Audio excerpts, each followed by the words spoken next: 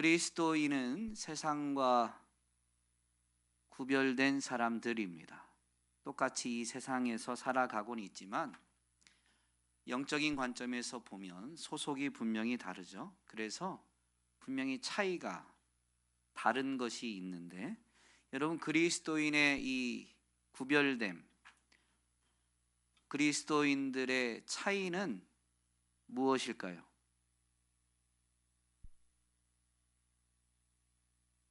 사랑입니다. 물론 사랑이다라는 말이 세상에 없는 건 아니지만 성경이 말하는 사랑과 세상에서 사람들이 말하는 사랑은 확연히 다르죠.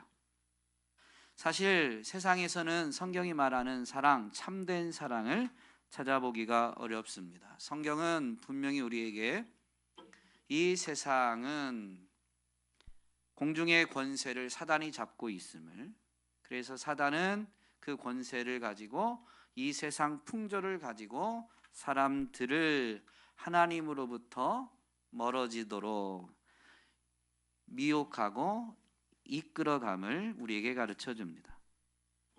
성경의 가르침을 따라서 이 세상의 지배자, 공중의 권세를 잡은 자가 사단이고, 사단은 보이진 않지만 세상 풍조를 가지고 사람들을 이끌어 간다라고 할 때, 사단이 그렇게 행하는 특성은 곧 사단의 특성인데요, 예수님은 이 사단의 이끌림에 빠진 이들을 향해서 너희는 너희 아비 마귀에게서 났다라고 책망하시며 마귀의 특성을 직접 말씀해 주신 적이 있습니다. 요한복음 8장에 기록되어져 있는데요, 요한복음 8장 44절에 나온 것으로만 마귀의 특성을 살펴보면 교만, 욕심, 살인, 거짓입니다. 이 살인은 사실 사단이 최종적으로 하고자 하는 것, 사람들을 죽게 만드는 것인데, 성경은 사람이 사람을 죽이는 것에 대해서 영적인 관점에서 미워하는 것도 곧 살인이다라고 정의해 주죠. 그러므로 이 마귀의 특성은 살인을 미움으로 대체해도 성경적인 관점에서 성경의 가르침을 따르면 틀리지 않습니다. 사람은 이런 마귀의 특성, 마귀가 세상 풍조를 가지고 미혹하는 것에 휩쓸리게 될 때에 바로 교만과 욕심, 미움과 거짓으로 인해서 다른 사람을 비난하고 악평하고 모욕하고 무시하고, 또 다른 사람에게 한 약속을 불이행하고 다른 사람에게 손해를 끼치고 피해를 입히며 다른 사람에게 강요하고 억압하는 일들을 쉽게 행합니다. 이런 세상 가운데에서 그리스도인들이 사랑을 실천하며 산다라는 것은 결코 쉬운 일이 아니죠. 세상과 다른 방식으로 살다 보면 이 세상 풍조 가운데에서 그리스도인들은 부당과 해코지를 당하게 됩니다. 그리스도인이기 때문에 당하는 경우도 있지만 삶을 살아내고자 하는 방식이 다르기 때문에 부당한 일을 겪게 되고 해코지를 입게 될 수도 있습니다. 그런데 이렇게 세상 속에서 부당과 해코지를 받을 때조차도 그리스도인들은 어떻게 사는 것이 구별된 삶이에요? 사랑하며 사는 것이죠. 우리는 이런 세상 가운데에서 부당과 해코지를 당할 때에 사랑을 어떻게 실천하며 살아갈 것인가? 오늘 본문을 통해서 살펴보고자 하는데요, 본문은 직설적으로 가르쳐 줍니다. 사랑은 오래 참고 친절합니다. 그리스도인들은 참된 사랑이신 하나님을 알고 그 하나님의 사랑을 받음으로 인해서 성경이 말하는 사랑을 깨달아 알게 되었습니다. 그래서 자기 자신을 하나님의 관점에서 하나님의 사랑으로 사랑하게 되고, 진정 자기를 사랑할 줄 아는 이들은 이웃도 자신처럼 사랑하게 되죠. 그런 참된 사랑을 실천하는 것이 바로 부당과 해코지를 입어도 오래 참고 친절하는 것입니다. 이것은 세상 풍조를 따르는 사람들은 전혀 모르는 방식의 삶이죠. 그리스도인들만 하늘의 방식도 알고 땅에서 살아가니까 땅의 방식도 알아요. 누군가 나를 부당하게 대우하거나 나에게 해코지를 입히면 여러분, 세상의 방식, 땅의 방식으로 하면 어떻게 해요? 보복하려고 하죠. 아무리 못해도 내가 입은 손해는 되찾고자 하죠. 내가 당한 억울함은 풀어버리고자 하죠. 그런데 하늘의 방식은 오늘 구체적인 행동 지침으로 이웃을 사랑하는 건데, 구체적인 행동 지침으로 오래 참으라라는 것을 가르쳐 줍니다. 우리는 하늘에 속한 자로 땅에 살다 보니까 땅의 방식으로 부당과 해코지에 대해서 대처할 수도 있고 하늘의 방식으로도 대처할 수 있습니다. 그리스도인들은 두 가지 방식을 알고 있다는 거죠. 그러나 세상 풍조를 따르는 사람들은 하늘의 방식을 전혀 몰라요. 여러분, 그래서 부당과 해코지에 대해서 그리스도인들만이 갖는 권리가 뭐냐면요, 사랑으로 반응하는 것. 오늘 본문에 있는 표현대로 하면 친절하게 오래 참는 것입니다. 이건 그리스도인들만이 할 수 있는 권리입니다. 사랑은 오래 참고 친절하다라고 했는데요, 접속사 고로 되어 있으니까 순서를 바꿔보면 친절하게 오래 참는 겁니다. 조금 전에 세상 방식은 부당과 해코지에 대해서 보복하려고 하죠. 그런데 내가 힘이 없어서 참는 경우도 있어요. 그런데 사랑은 힘이 없어도 참는 게 아니에요. 힘이 있어도 참고 힘이 없어도 참아야 되는데, 힘이 없어도 참는 경우는 억지로 참는 게 아니라 사랑으로 하는 건 분명히 차이 나는 부분이 있는데, 그게 친절하게입니다. 힘이 있어도 친절하게 참는 거고 힘이 없어도 친절하게 참는 거예요. 힘이 없기 때문에 마지못해서 억지로 참는 게 아니다라는 것이죠.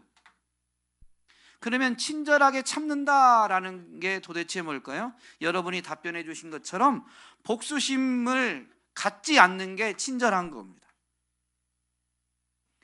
복수심을 갖지 않고 참는 거죠. 성경은 하나님의 말씀대로 사는 삶에 대해서 두 가지 방식을 가르쳐 주는데, 한 가지는 소극적인 반응이고 하나는 적극적인 반응입니다. 하나님은 사랑이시다라는 걸 성경이 우리에게 가르쳐 주고, 그래서 우리도 사랑하며 살 것을 가르쳐 주는데, 이 사랑의 실천도 소극적인 측면이 있고 적극적인 측면이 있어요. 성경을 크게 구약과 신약으로 나눈다라고 하면 꼭 그렇다라고 단정 짓는 건 아니지만, 그렇게 구분해서 보면 구약은 사랑을 실천하는 데 있어서 소극적인 자세를 취합니다. 율법도 요약하면 하나님 사랑, 이웃 사랑이죠. 여러분, 율법은 사랑을 실천하는 데 있어서 소극적인 대처입니다. 하나님에 대한 방식이나 이웃에게 대한 방식. 구약에서 사람과 사람 관계의 율법은 뭐냐면 동해복수법이라고 요약되어집니다. 내가 해를 받은 만큼만 남에게 해를 가하는 거예요. 그래서 눈에는 눈, 이에는 이라는 말이 나오죠. 내가 눈을 다쳤으면 다른 사람도 눈만 다치게 하는 것이 전부입니다. 율법이 허용하는 전부. 복수를 허용을 하는데 복수심을 얹어서 더 보복하지 못하게 받은 피해만큼만 되갚아 주게끔 제한하는 거예요. 그러나 신약은 예수님을 통해서 복음이 선포되어지죠. 복음은 적극적인 사랑을 실천하는 거예요.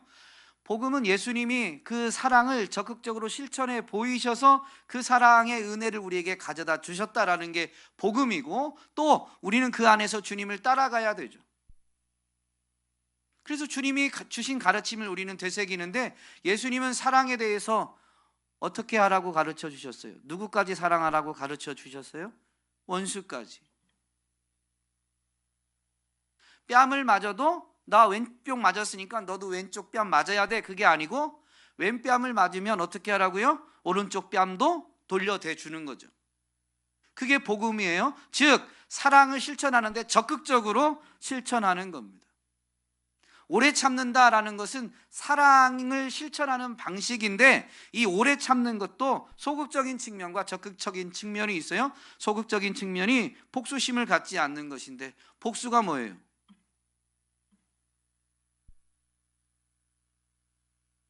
갚아주는 것. 그런데 동해복수법 얘기했지만 사람의 심리는, 복수심은 내가 받은 만큼만 갚아주려고 해요. 내가 받은 것에 내 이 속상함, 억울함, 이 감정을 얹어서 하나라도 더 얹어서 갚아야 속이 풀리죠. 그래서 복수심을 내려놓는다라는 건 뭐냐면요, 그걸 다 내려놓는 거예요. 복수라는 행위도 내려놓고 그런 마음도 내려놓는 거죠. 그러므로 복수심을 갖지 않고 참는다라는 것은 물리적으로 해를 끼치는 행위만 하지 않는다라는 의미가 아니라요, 이 속상한 마음이 있으면, 화가 나는 억울한 마음이 있으면 여러분 그건 뭘로 표현이 돼요? 제일 먼저 말로 표현이 되죠. 그래서 나를 속상하게 하고 아프게 하고 억울하게 한 그 사람을 비하하고 비난하는 말이 튀어나옵니다. 복수심을 갖지 않는 건 뭐냐면요, 그 상대방을 비하하거나 비난하는 말을 하지 않는 거예요. 그 사람 면전에서만이 아니라 그 사람이 없는 자리에서도. 감정 자체가 안 들 수는 없겠죠. 그러나 그걸 입으로 내뱉지 않는 것이 복수심을 갖지 않은 채 오래 참는 행위인 겁니다. 사실 사람은 없는 데서는 어떤 말을 해도 죄라고 여기지 않아요. 그래서 우리 속담에는 없는 자리에서는 나라님도 욕한다라는 말이 있습니다. 없으면 아무리 대단한 사람을 욕해도 허용이 된다라는 의미잖아요. 세상은 이걸 죄로 여기지 않아요. 그런데 사랑은, 오늘 참된 사랑을 가르치는 이 성경은 그리스도를 따르는 저와 여러분에게 친절하게 오래 참는다, 참아야 한다라는 걸 가르쳐 줍니다. 복수심을 갖지 않은 채 억울해도 속상해도 참으라라고 가르쳐 주는 거죠. 친절하게 오래 참는다라는 것의 적극적인 측면은 내가 희생하는 겁니다. 나의 감정을 희생하고 나의 이익을 희생하는데 목적이 있어요. 사랑이잖아요. 그리스도의 사랑이 우리에게 무엇을 가져다 줬어요? 그리스도의 사랑, 십자가의 사랑이 우리에게 뭐를 가져다 줬어요? 화평을 가져다 줬어요. 원래는 우리와 하나님은 죄인과 거룩하신 분, 사실은 동등한 관계로 보면 대립관계, 원수관계입니다. 거룩과 죄는 공존할 수가 없어요. 원수관계예요. 그런데 그리스도의 십자가로 말미암아 하나님과 우리가 어떻게 됐어요? 화평하게 되었습니다. 뿐만 아니라 복음 안에 있는 사람도 유대인과 이방인, 견원지간으로 지내왔던 역사의 골이 아무리 깊은 사이라 할지라도 그리스도의 사랑, 십자가 안에서는 유대인과 이방인도 하나가 되었어요. 그래서 초대교회가 탄생하게 됩니다. 사람과 사람 사이도 십자가로 말미암아 화평이 이루어졌죠. 여러분, 사랑이 오래 참고 친절하다, 사랑으로 친절하게 오래 참는다는 건 뭐냐면요, 정말로 화평을 위해서 십자가의 그 사랑처럼 자신을 희생하는 거예요. 자신의 감정을 희생하고 자신의 이익도 희생하는 거죠. 감정을 희생한다라는 것은 내 감정의 억울함과 아픔, 속상함이 내가 너 없어져야 돼, 너 이런 마음 내 안에 있으면 안 돼, 이런 감정아 내 안에 머물면 안 돼 라고 한다고 해서 감정이 솟아나지 않는 건 아니에요. 그게 아니라 감정까지 희생한다라고 하면 억울한 경우는 그 억울한 감정을 풀고자 하죠. 그게 뭐냐면 내가 당한 것에 대해서 진상을 밝히고 싶은 거예요. 또는 나의 본심을 모르는 이들에게 내 마음을 변호하고 싶은 거죠. 그런데 이미 사건이 일어나서 억울함을 내가 당하고 아픔을 내가 겪었다라고 할 때 적극적인 사랑은 어디까지냐면요, 누군가는 나를 모함했고 했는데 이게 다 드러나면 그 말을 한 사람은 거짓말을 한 사람 또는 이기적인 사람 또는 악한 사람이라는 게 드러나게 되어 있습니다. 그러면 이걸 내가 밝히면 나를 억울하게 한 그 사람과 나는 화평할 수 있어요, 없어요? 내가 밝히면, 억울한 건 나지만 내가 밝히면 모함했던 그 사람과 나는 화평할 수가 없어요. 그래서 내 억울함을 풀고 싶은 마음은 있는데 그걸 포기하는 거죠. 그걸 희생하는 거예요. 나를 변호하고 싶은, 사실을 밝히고 싶은 거를 희생하는 겁니다. 그렇게 해야만 한다고 하면 우리 힘으로는 안 되는데요, 사랑이 그렇다는 거죠. 예수님은 이 사랑을 몸소 행해 보이셨죠. 예수님은 십자가에 왜 달리셨어요? 죄가 있어서? 죄가 없는데 달리셨어요? 예수님을 시기 질투하고 모함하는 사람들이 가짜 증인을 세우면서 재판을 열어서 십자가에 못 박으려고 했습니다. 그런데 그 로마의 총독이 볼 때에도 죄가 없어요. 그래서 풀어주고자 하니까 이제 군중을 선동해서 다수의 목소리를 내서 십자가에 못 박으라고 윽박질러 가지고 다수의 힘을 빌어서 예수님을 십자가에 못 박은 거예요. 예수님보다 억울한 사람이 어디 있겠어요? 그 과정에서 예수님은 침뱉음을 당하고 조롱을 당하고 모욕을 당했습니다. 십자가에서 달린 다음에도 야, 너 정말 하나님의 아들이라면 내려와 봐. 얼마나 이 비아냥거리는 어투로 십자가에 달린 예수님을 바라보면서 비웃고 조롱했습니다. 힘이 없어서 못 내려오셨다면 예수님이 정말로 친절하게 오래 참았는지는 그래도 알 수 있어요. 안 내려오신 그분이 자기를 조롱하고 모욕하는, 비방하는 사람들에게 같이 맞서서 욕하지 않았죠. 근데 사실 예수님은 내려올 수 있는 능력이 있습니다. 아니, 엄밀히 말하면 십자가에 못 박히기 위해서 붙잡혀 가실 때 자기를 붙잡으러 온 사람들을 물리칠 힘도 있었어요. 제자들에게 분명히 말씀하시죠. 내가 하늘의 천군을 명하여 대적자들을 쓸어버릴 수 없는 줄 아느냐. 할 수 있다는 거죠. 그런데 하지 않으시는 겁니다. 오래 참으신 거죠. 십자가에서도 끝까지 참으셨습니다. 그런데 예수님만 그런 게 아니에요. 참된 사랑을 경험하고 그래서 그 참된 사랑에 매여서 나도 참된 사랑을 실천하고자 하는 사람은 친절하게 오래 참습니다. 구약에는 대표적 인물이 다윗이죠. 다윗은 성령에 감동돼서 자기 민족을 비방하고 조롱하고, 아니 엄밀히 말하면 자기 민족의 하나님 여호와를 비방하고 조롱하는 적장 골리앗과 싸우고자 했어요. 소년에 불과했지만 대단히 용기 있는 행동이었습니다. 심지어 그건 나라를 구하는 행동이었어요. 그런데 그 일의 결과가 뭐예요? 사울이 시기심에 사로잡히면서 다윗을 멀리하다가 나중에 이제 그 다윗을 죽이려고 하죠. 그래서 다윗은 10년이 넘도록 시기심에 사로잡힌 사울 때문에 도망자의 삶을 살게 됩니다.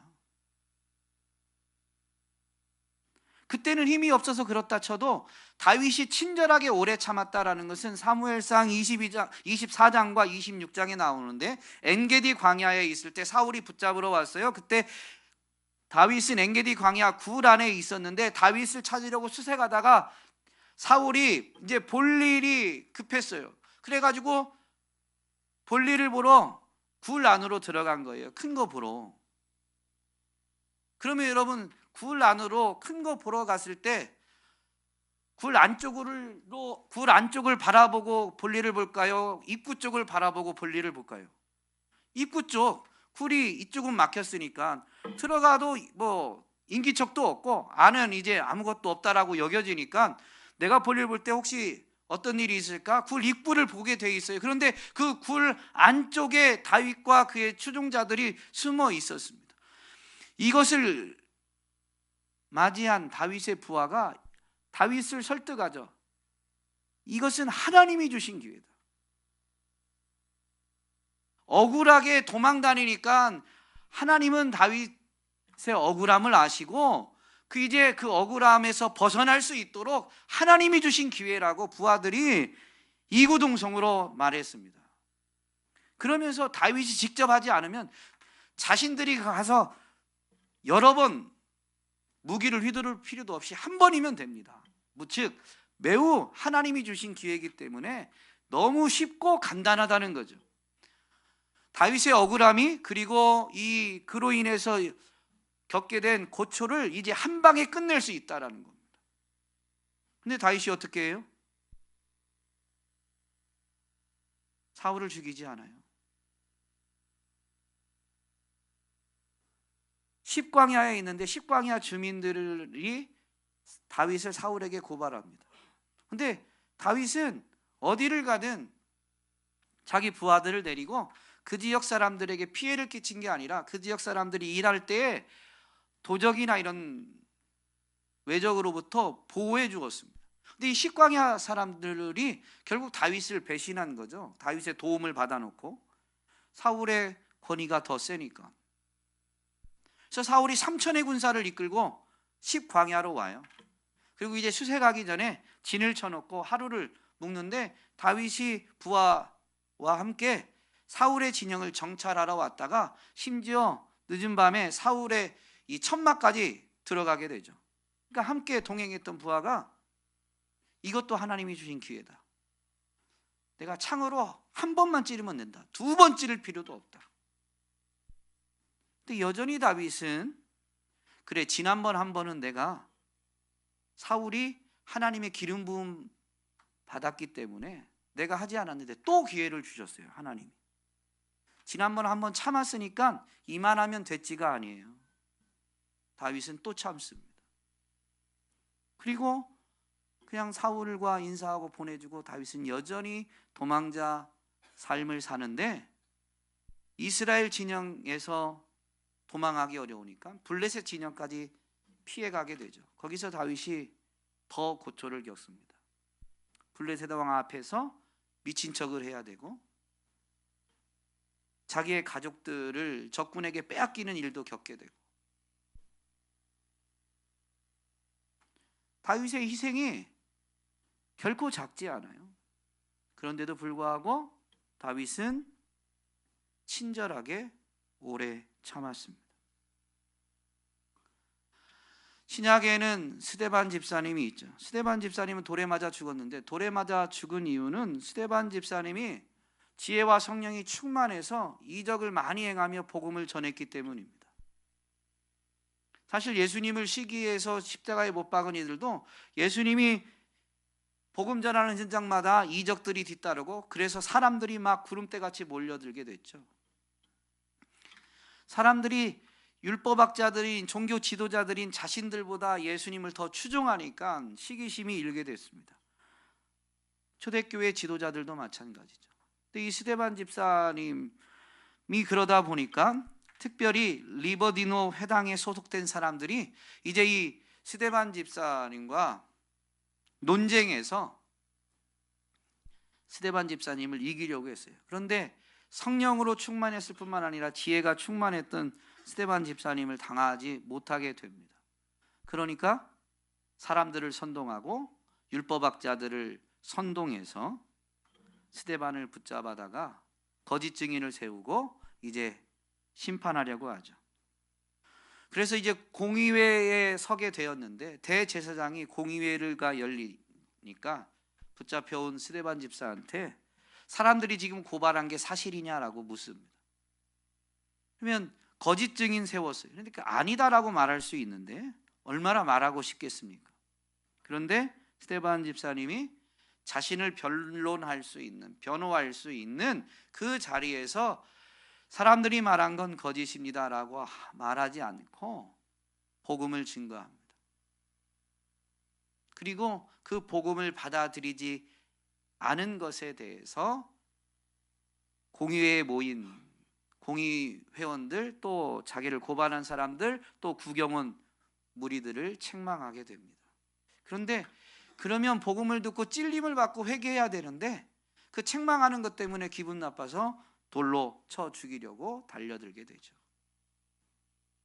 그리고 돌로 쳐 죽이는, 자신을 향해 돌을 던지는 사람들을 향해서 스데반 집사님은 정말로 예수님의 사랑 그대로 그들을 용서해 주시기를 기도하게 됩니다. 주님, 이 죄를 저 사람들에게 돌리지 마십시오 라고 기도하고 죽음을 맞이하게 됩니다. 스데반 집사님은 끝까지 참았습니다. 여러분, 사람의 의지와 노력으로 참는 게 아니에요. 사랑이 친절하게 오래 참게 만드는 거죠. 이 사랑은 하나님이고 하나님의 사랑입니다. 사실 사랑의 특성이 오래 참음인데 하나님이 사랑이시기 때문에 성경은 사실 하나님의 속성이 오래 참는 거다라는 것을 우리에게 가르쳐 줍니다. 하나님이 애굽에서, 이집트에서 이스라엘 백성을 건져내고 시내산에서 언약을 맺었는데 언약식을 맺은 다음에 모세를 불러 올려서 언약 백성이 어떻게 살아야 될지 율법을 가르쳐 주십니다. 그런데 산 아래에서 모세가 너무 늦게 내려오니까 산 아래에 있던 백성들이 금송아지를 만들고 우상 숭배합니다. 그래서 하나님이 모세를 급하게 내려보내죠. 산에서 내려오다가 그 광경을 본 모세가 하나님이 주신 율법을 새긴, 십계명을 새긴 돌판을 들고 내려왔는데 너무 화가 나가지고 돌판을 던져버립니다. 그래서 십계명이, 하나님이 주신 십계명이 돌판이 깨지게 됩니다. 이스라엘 백성들을 하나님이 쓸어버리려고 하니까 모세가 중보하게 되고, 모세의 중보를 하나님이 들으셔서 이스라엘 백성들을 진멸하진 않고 용서해 주십니다.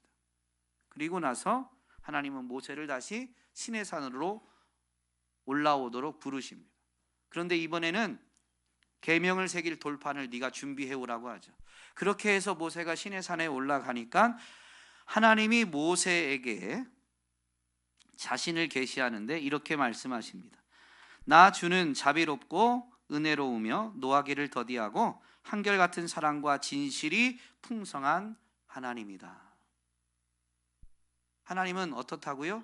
노하기를 더디하시는, 한결같은 사랑과 진실이 풍성하신 분이시다라는 것이죠. 그 하나님이 오래 참지 않으셨다면 이스라엘은 바로 그 자리에서, 아니 한 번은 좀 참았다고 하면 광야에서도 끝났어요. 오늘 우리는 다른가요? 우리가 죄질 때 하나님이 야 3-4번이야? 대한민국은 3번 좋아하잖아요. 야 3-4번이야 3-4번. 너 3번 죄 지으면 그 다음엔 심판이야. 여러분 여기서 예배 드릴 수 있었을까요? 여러분의 표정을 보니 목사님이 안 계실 것 같군요. 그런 표정으로 저를 바라보시는데 저는 여기 없죠. 이미 없죠. 이미. 여러분, 하나님은 사랑이신데 그 하나님은 죄에 대해서, 죄인에 대해서 오래 참으십니다. 그 하나님의 사랑을 깨닫고 하나님을 사랑하는 사람은, 즉 내가 죄인인데 하나님이 날 사랑하신다라는 것을 깨달은 사람은 하나님의 오래 참으심에 대해서 감사하면서 그분을 사랑하기 때문에 그분을 닮고 싶어 하죠. 그래서 그분의 오래 참음도 닮고자 합니다. 그래서 이웃사랑이 오래 참음으로 표현되는 겁니다. 이런 원리를 예수님이 하나님 나라를 가르쳐 주실 때에 비유로 가르치신 것들에 나타나는데, 특별히 1만 달란트 비유, 빚진 자의 비유에서 명확히 드러나죠.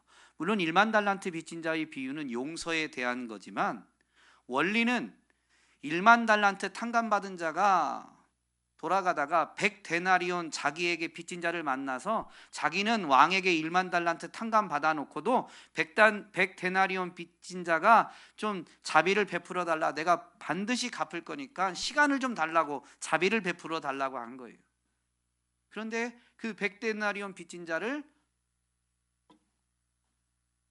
감옥에 쳐 넣게 되죠. 기간도 다 됐고 너 왜 안 갚냐고 하면서 고발해서 감옥에 넣게 됩니다. 이것을 본 사람들이 왕에게 1만 달란트 탕감받은 자가 이렇게 했습니다 라고 보고하게 되니까 다시 왕 앞에 불려가게 되죠. 그 왕의 입을 통해서 하나님 나라 원리가 선포되어집니다.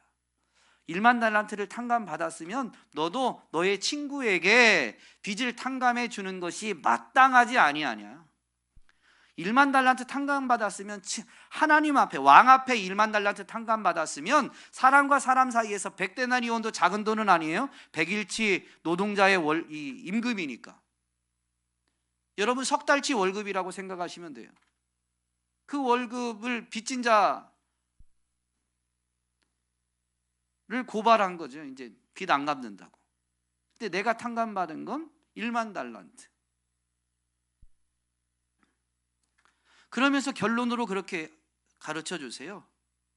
너희가, 이것은 이 하나님의 은혜를 체험한 하나님 백성들에게 주시는 말씀이에요. 모르는 자들이 아니라. 그러니까 하나님의 사랑, 하나님의 은혜, 하나님의 오래 참으심을 깨달은 사람들에게 주시는 말씀인 거죠. 너희가 하나님의 사랑을 알고 하나님의 은혜를 체험한 너희가 그 은혜를 바탕으로 사람들에게 행한 대로 내가 너희에게 행하겠다라고 말씀하셨습니다. 여러분, 믿음은 말이 전부는 아닙니다. 믿으면 행하게 되어 있어요. 하나님이 내게 1만 달란트 빚을 지워주셨다라는 게 진정한 믿음이면, 우리는 사람과의 관계에서 오는 어떤 문제들에서 우리가 권리를 갖고 있어도 스스로 권리를 포기하고 그 사람에게 오래 참아주고 용서해 줄 수 있는 거죠. 하나님이 나를 위해서 오래 참으신 시간, 하나님이 내게 베풀어 주신 용서를 분명히 알고 있다면 말이죠. 그래서 사도 바울은 mit보다 모든 사람들이 받을 만한 이 말이요, 그리스도 예수께서 죄인을 구원하시려고 세상에 임하셨다라고 하면서 짧게 복음을 요약하고 이 복음은 정말 믿을 만하다라고 선포했습니다.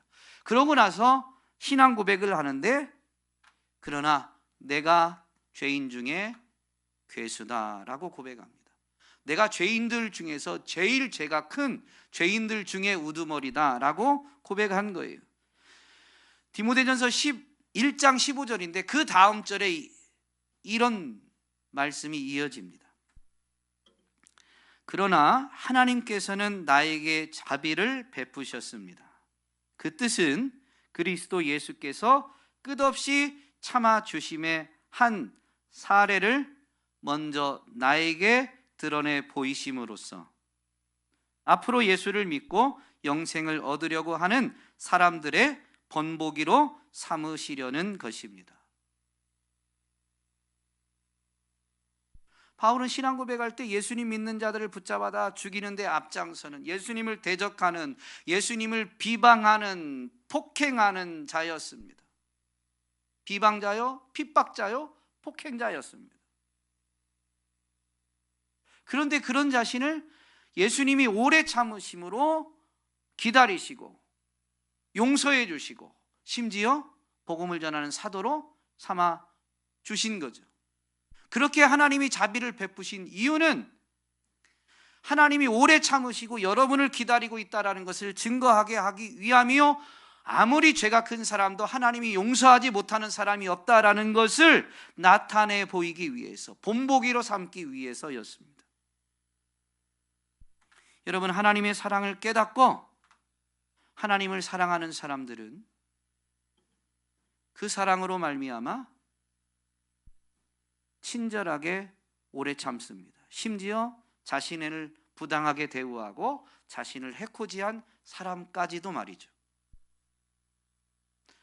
이렇게 행하지 않는 것은 여러분, 나를 오래 참으신 하나님을 잊어버렸거나 아예 하나님을 부인하는 경우는 나에게 부당하게 하고 해코지를 입힌 사람에게 오래 참지 않을 겁니다.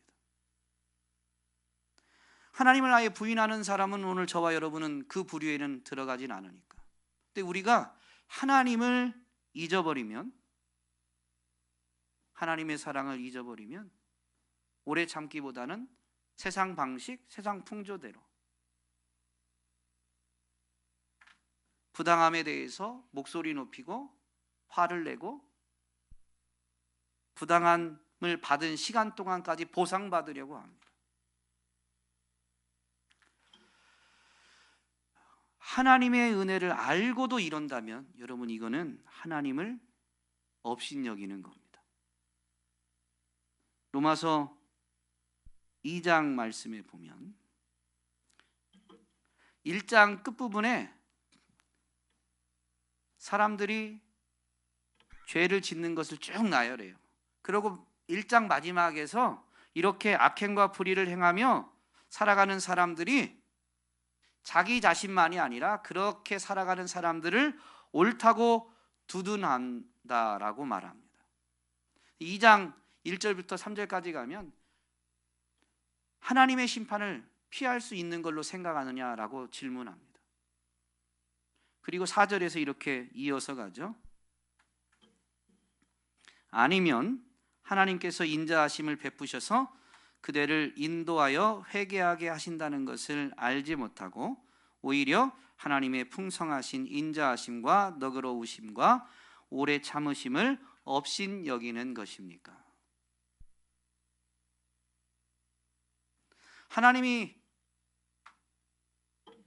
심판하신다는 것을 모르는 경우가 아니라면, 알고도 악행과 불의를 행하는, 즉 사랑을 실천하지 않는 경우는 바로 우리를 오래 참으신 그 하나님의 오래 참으심을 업신 여기는 것이다 라는 것을 분명히 가르쳐 주죠. 여러분, 우리는 사랑을 적극적으로 실천하는 것에 대해서 너무 쉽게 생각합니다. 사랑에 대해서 소극적으로 실천하는 것, 뭐뭐를 하지 말아야 되는 것, 그거 하지 않으면 죄 안 짓는 걸로 아는데요, 하라는 걸 안 하는 것도 죄예요. 사랑은 친절하게 오래 참습니다. 우리가 그렇게 하지 않는 것은 하나님을 몰라서이거나 하나님을 잊어버리거나 아니면 하나님을 무시하는 행동이다라는 것을 잊어버리면 안 됩니다.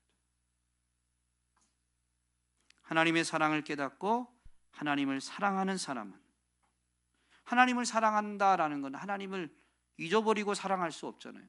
하나님을 사랑하는 사람은 그 하나님을 닮고자 하는데, 오늘 말씀과 연결하면 하나님의 오래 참으심을 닮고자 하죠.